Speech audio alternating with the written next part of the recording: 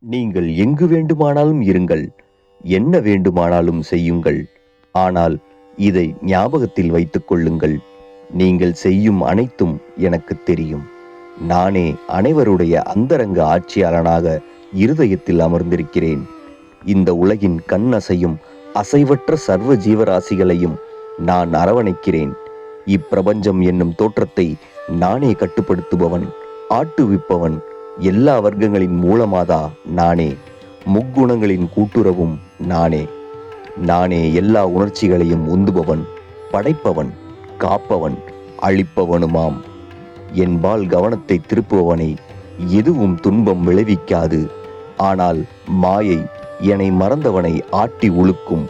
எல்லா பூச்சிகள், எறும்புகள், கண்ணுக்கு தென்படுபவை, அசையக்கூடிய அசைய முடியாத உலகம் எல்லாம் என்னுடைய உடம்பு அல்லது உருவமாகும்.